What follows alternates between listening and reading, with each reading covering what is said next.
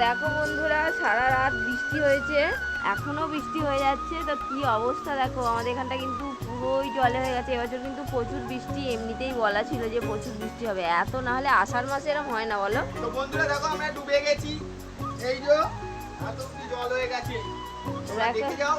ও বন্ডালি নামবে না, কারণ ওর পায়ে জল লেগে যাবে, পা নোংরা যাবে, ঘরে রয়েছে। আমি তোমাদের দেখাচ্ছি, দেখো। তো দেখো আমরা যেখানটা রান্না করি আগে সেইখানটা দেখো, এই দেখো ওরে বাবা। তো দেখো এইখানটা দেখো আমরা কেমন ডুবে গেছি, আর এইখানে দেখো আমাদের এই ছাদের উনুন ডোবা, জলে ডুবে গেছে আমাদের ছাদের উনুনটা। এই যে আমি এখানে, এই যে আমাদের উনুন এখানে, আর আমরা এখানে জলের মধ্যে দাঁড়িয়ে আছি বন্ধুরা।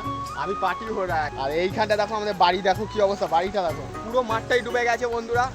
আর কিছু দেখানোর নেই, আর ভালো চাষও হবে না, গাছ সব মরে যাবে। তো আমি তোমাদের দেখাই কেমন মাঠটা আছে, এই দেখো যেরকম ডুবেছে দেখো। আর এটা মাঠ মনে হচ্ছে না, এটা মনে হচ্ছে পুকুর। এবার সবাই কত কষ্ট পাচ্ছে চাষিরা, ধানকে বীজ বানাতে দিয়েছে, সব মরে গেছে, কারণ ও সব ডুবে গেছে, পচে গেছে আমাদের। এই দেখো কত জল, কিছু করার নেই, কারণ এত বৃষ্টি হলে তো হবেই।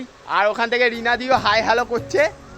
হ্যাঁ মানে ডুবে গেছি তো কি হয়েছে, কিন্তু মজা হচ্ছে, মজা লাগছে, ঠিক আছে। যা জিনিস কিনতে হয়েছে, আর কোনো গাছ বাঁচবে না। রিনাদি কত ফাঁদ করে লঙ্কা গাছ, আম গাছ, হ্যাঁ কত কষ্ট করে লাগিয়েছিল, সব শেষ হয়ে গেছে, আর কিছু করার নেই। আর আমাদেরও তো কিছুই নেই, আমাদের তো দেখো আমাদের এই জমিতে ওর ডুবে গেছে, মানে আমারও ডুবে গেছে, তো কিছু করার নেই, গাছকে বাঁচানো যাবে না।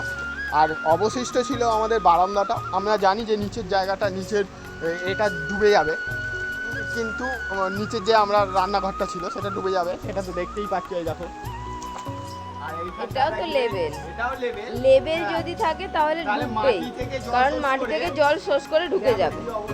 এটা যদি উঁচু করে তোমার ইট ফিট দিয়ে স্নান করা থাকতো তাহলে এটার কিছু হতো না। এটা চেষ্টা করবো এখানে।